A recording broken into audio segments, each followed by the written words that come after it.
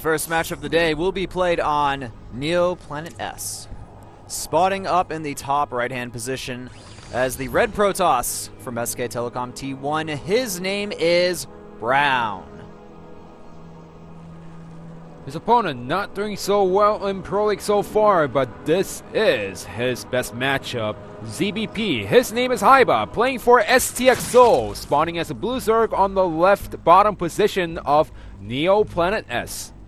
I know, what I was mentioning before we went into the game here is that Brown, he was one of these players that back in Wings of Liberty was kind of pioneered the fast third expansion against Zerg players, and now that's something that's a lot more common, much more standard in the metagame, you know, getting that expansion maybe around, 8 minutes, maybe a little bit less, a little bit later, really just varies on the build and openings. He was one of these players that really did this, and back then it was considered so risky, but he made it work for himself. So I am curious to see how he will perform in a PvZ matchup in Pro League. Yep, so, anything to add to that? Nothing really. I just completely agreed to this. I'm like, okay, all right. And do you have anything else to add? No, man. I was hoping you had something to add to that. Well, the only thing I could add is there's a pull first going down. I guess you could add that in. And also that cheerful over there that actually relates to Korean children's stories. So it's like pretty much the Hydraulics is saying, if you win today, I'm not going to eat you. But it refers to a child story in Korea, so it's kind of hard to explain everything. It sounds like it's almost a threat against STX Seoul-like. It is. From the fans. So the fans are going to eat the players if they don't win. Well, that explains why they've been on a pretty large winning streak here. In fact, when I saw the cheerful, it was about 4 games ago, and during a 4-game winning streak, in fact, 7-game winning streak in total. Yeah, I honestly think that cheerful, man, these players just do not want to get eaten. They know the fans out there, man. They know how scary they are. It looks like STX. They have some fans, but unfortunately for STX, they are cannibals. So they got to watch out for that. Anyway, we do have a pretty standard opening from Brown here. He went for that Nexus first. His Forge finishing up shortly behind this, grabbing the Gateway as well. It's a pretty solid standard opening from the Protoss side. And hyvaa, of course, getting his natural expansion up as well while grabbing the Queen. And we do have Pairlings moving across the map here from our Zerg player. They may get to that base before that cannon finishes, but you know what? Even if they do, that probe can just kind of block it for a little bit. Worst case scenario, make the pylon.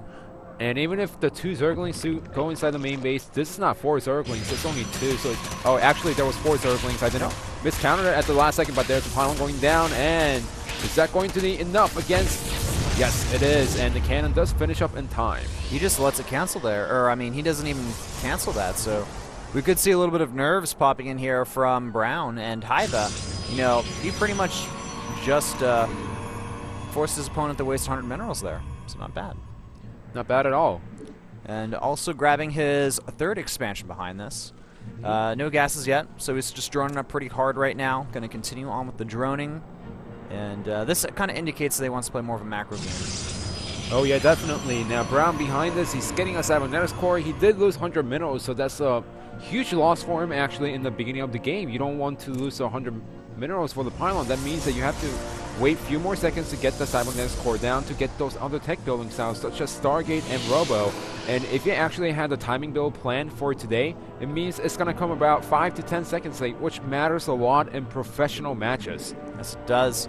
It looks like we have a chrono-boosted Stalker on the way for Brown, and look at this, a Robo behind the Stalker here. So that's very interesting. I'm wondering where he's going to go with this, He could go for the fast expand, but Robo a lot of times will indicate some pressure or a 2-base timing. Especially in Heart of the Swarm, where Stargate has been, quote-unquote, the standard play, getting up to 3/5 Phoenixes out to surround, not surround, but harass around the map and trying to gain the map control while taking an early 3rd base. But looking at this, it's highly likely that there's going to be some kind of timing push coming out by Brown, but we still don't see a +1. So we're going to have to wait and see what he still has to do. He might even skip out on Stargates, go for an earlier 3rd while having a better ground army.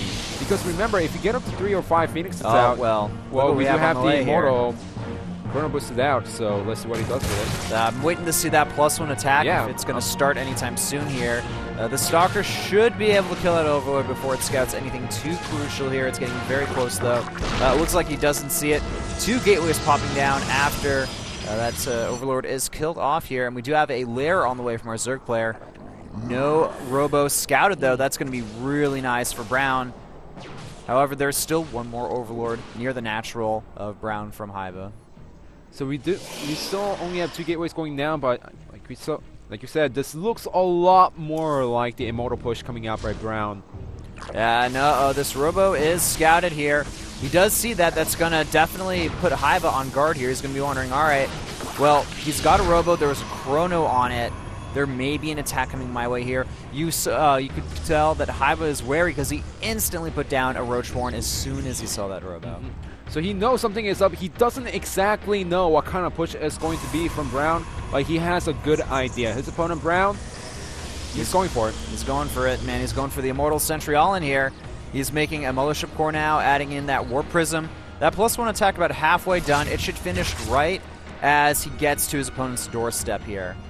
Alright, so now what hyvaa has to do is just make constant units. Forget about getting the drones out. All he has to do is defend once. He's getting 3 spine crawlers for a defensive position. I really like this position by hyvaa, actually, with those spine crawlers.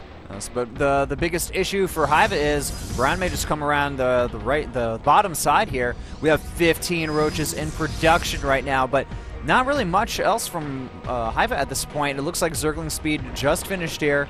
Those Zerglings at most are just going to be annoying, though. And if Brown can come in and attack here with this force before hyvaa gets any units over here, he could lose that 3rd base. Force field's already going down. That Queen is going to die, and Brown is in a perfect position to snipe this hatchery. Yeah, even if the Zerglings come from the back, Brown needs a 1 or 2 force fields, and here we go. Force fielding off the roaches. Really nice cutoff on the roaches with the force fields. The Zerglings even getting force field from the back there.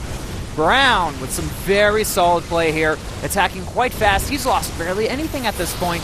Warping in, more sentries here. A few of them are going to go down, but the Immortals are still alive here. The force field still solid from Brown.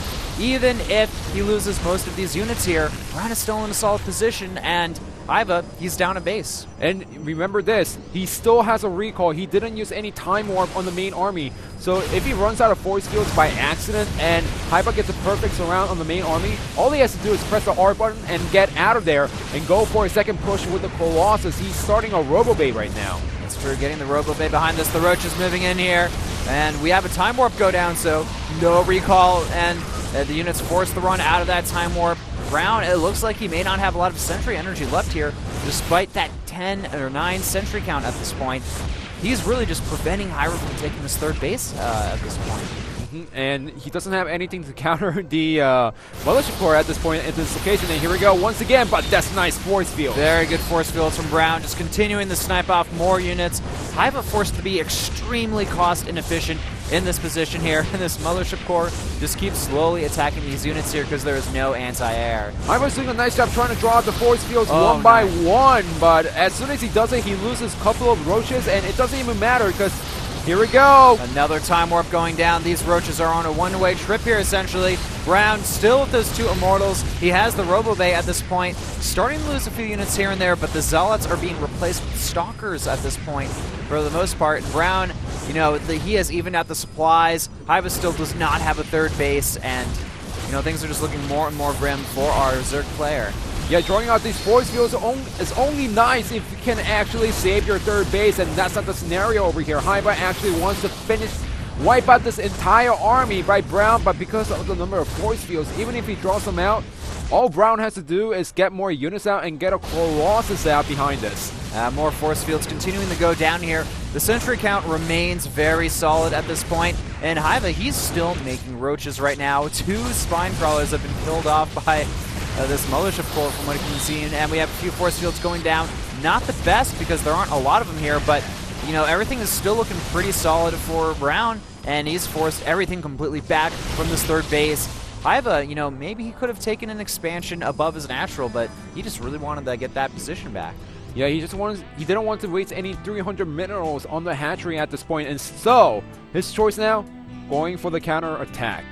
I'm not sure if the counter is going to work at this point because I mean, he's there's going to only... lose the main base and the natural at the same time. Yeah, he is. He's going to lose everything. So here's this around from the back. Brown moving in right now. He still has that force field energy to force field off those units. The roaches completely... All right, there's a little gap there that they're actually getting through here, and this mothership core, it is going to end up going down here. Not able to utilize that time warp before dying, so now essentially our Protoss player is moving into the main base here. The roach count is getting very, very low for Hyvaa. He's down to 62, supplied to 101. And with these additional reinforcements here, I think that may be it for our Zerg player. 1 Immortal left, 19 kills, but... If you have more than 4 Immortals up a ramp, all you have to do is force field all day long, and there's no answer for our Zerg player Hyvaa. It seems like Brown taking the game 1 easily. GG! Brown taking game number 1 with some very solid play there, just pretty much moving across the map unhindered. Hyvaa didn't really do anything to stop that. He kind of had some Ling's tail from behind, but he clearly droned up too much, and he saw the Robo, but that's all he was able to see. He didn't see the Immortals or the attack upgrades. Really nice build by Brown and nice execution. Hyvaa trying to draw out the force fields as much as possible, but you already lost the 3rd hatchery at that point. Yeah. All right, guys, the score currently 1-0 with STX Seoul in the lead. Who will STX Seoul send out next? We'll find out after this commercial break, guys.